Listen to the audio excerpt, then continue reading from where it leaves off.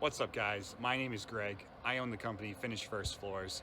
Today we're working on the Massachusetts and Rhode Island border, and we're going to sand some old, original, 100-year-old fir hardwood floors. That's F-I-R, hardwood floors. Specifically in the kitchen, it's covered with old residue from an old hardwood floor that was laid on top. We didn't know if we'd be able to save them, but we're going to try to do our best to make them look like new as possible. But first, let's meet in the kitchen, and I'll show you some repair work we're going to be doing first. Okay guys, here's our home. We're doing a new kitchen remodel. We got some cabinets going in, some countertops, some new appliances, but most concerning are these hardwood floors. Now one would think that this probably will not sand up, but here at Finish First Floors, we're gonna make these look beautiful. But first, we have some repair, some missing pieces that need to be put in from a wall that was here. A little plug right there for that radiator hole that's no longer used. And a little bit of repair work right in front of here, a missing piece. This will come out, and then later they'll put in a marble piece to go with the tile that's going in the entryway. Let's get started. First things first, we want to go ahead and remove some of it so that we can open it up and put two new pieces dropped in. So let's get the Dremel tool out and get cutting.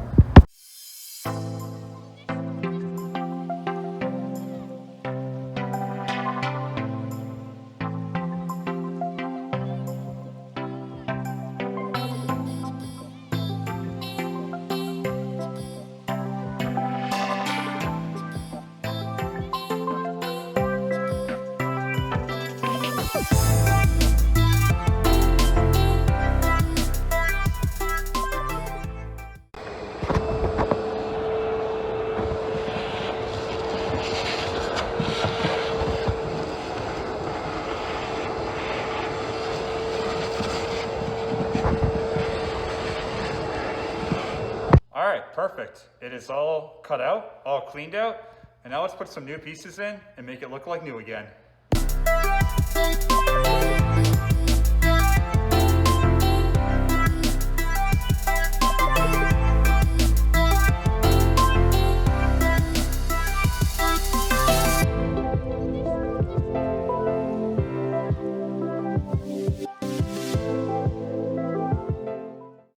Okay guys, we got our two pieces in.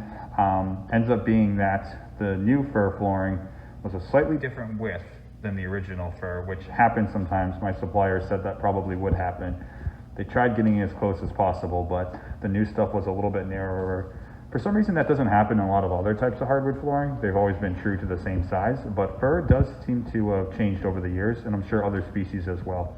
So I got in there the best I could, I nailed it, I puttied it, it looks really messy right now, but once that's all sanded flush, it'll look really good.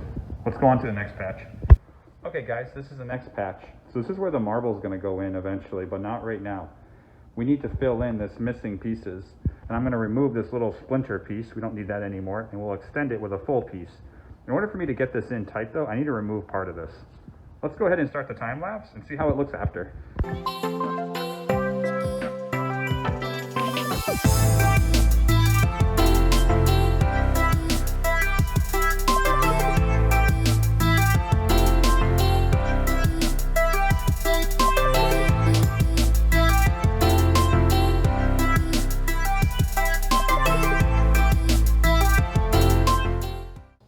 So now we got all the patching done, and now it's time to get started on the sanding.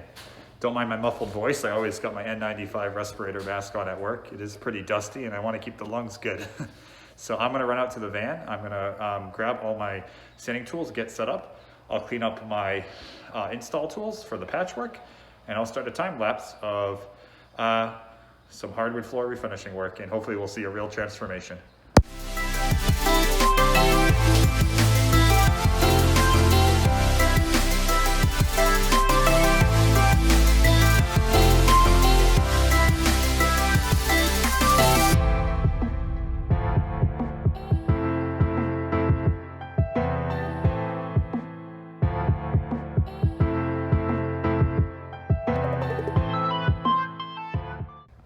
All right, so as you can see, I've started scuffing up the floor. I just used some older sandpaper that's already in the belt sander from last time. It's a very fine grit sandpaper, just to help start to scuff up the top surface and get off that residue. And afterwards, we'll switch over to a more aggressive sandpaper. I don't want to gunk up my sander, so I have to be a little bit careful and kind of ease into it. I just started doing this side as well, and I hit some nails. So I just have to make sure these nails are taken out before I continue. I wouldn't want those nails hitting my drum. The drum is very expensive. This is a belt sander made from Germany. It's called the Hummel, and it's very well built. I know it looks like it's probably 30 years old. It's only a few years old. They haven't really changed the design in many, many years because it works really well. It costs as much as a car practically, a very used car. This one costs about $7,000 new, along with many other sanders that I have. So I gotta take really good care of it and make sure it's always working in tip-top shape. So let me remove some of these nails. I'll start up the time lapse again and finish this sloth cutting on the first time.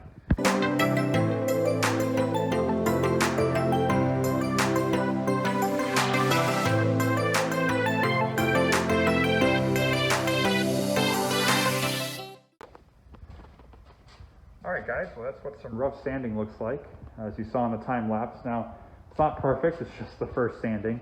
And as you notice, all the edges are not done.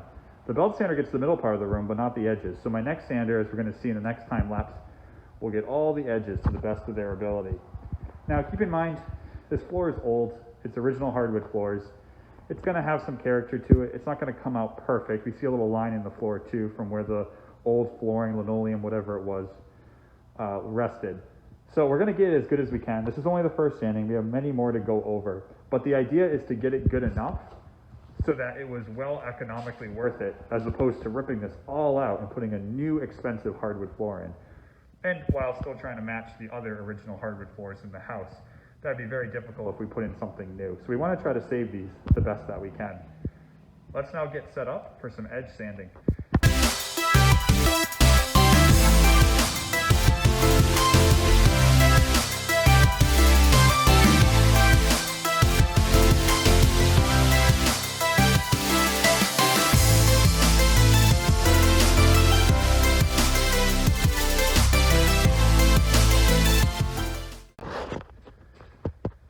Starting on the edges here, they're sanding up nice, but it's pretty thick on the edges, so it's sanding up a little bit slow.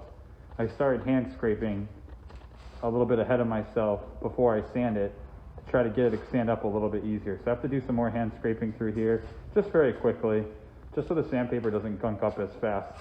But it's pretty thick, a lot of residue, and you can see when the disc sands, it heats up and actually melts the floor, that residue, and then it sticks to the sandpaper, so it gunks up pretty fast. And these aren't cheap, so you do go through a lot of these. You have to price accordingly. But what I'm going to do is scrape a little bit more, and we'll start the time lapse in just a bit.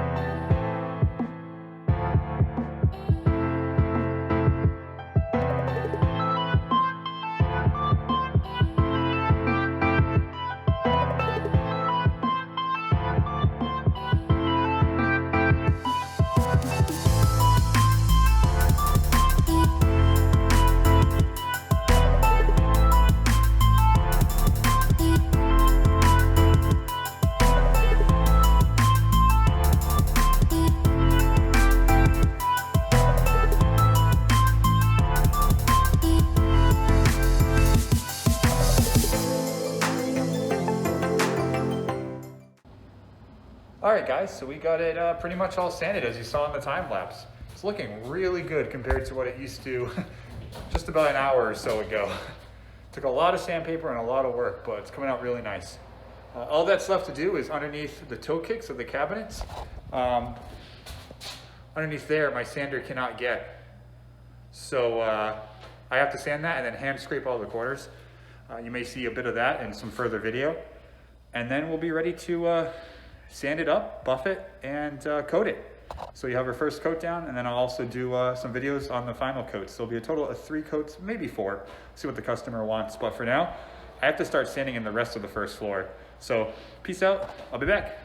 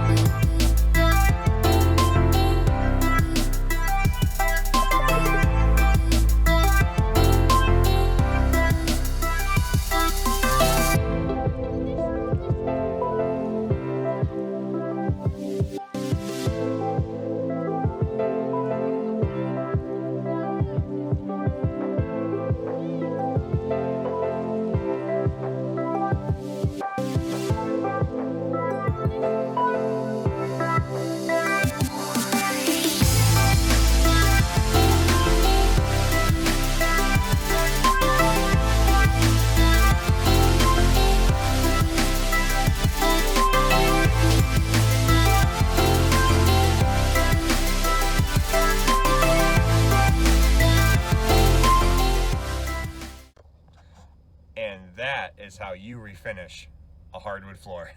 Hope everyone enjoyed. We got down the first coat. We saw the whole process beginning to end. And now we're back here on day number 2. We let the first coat dry overnight, and now it's time to prep and coat for a second coat. I'll upload a picture for that, and then we'll be back tomorrow. Same process, buff, vacuum, and coat for the third coat. Thanks everyone very much for watching. I hope you enjoyed this project. Stay tuned for more projects coming up. And don't forget to please like. It's a small channel, it is growing. Subscribe and share with your friends. Thanks so much, guys. Keep finishing first.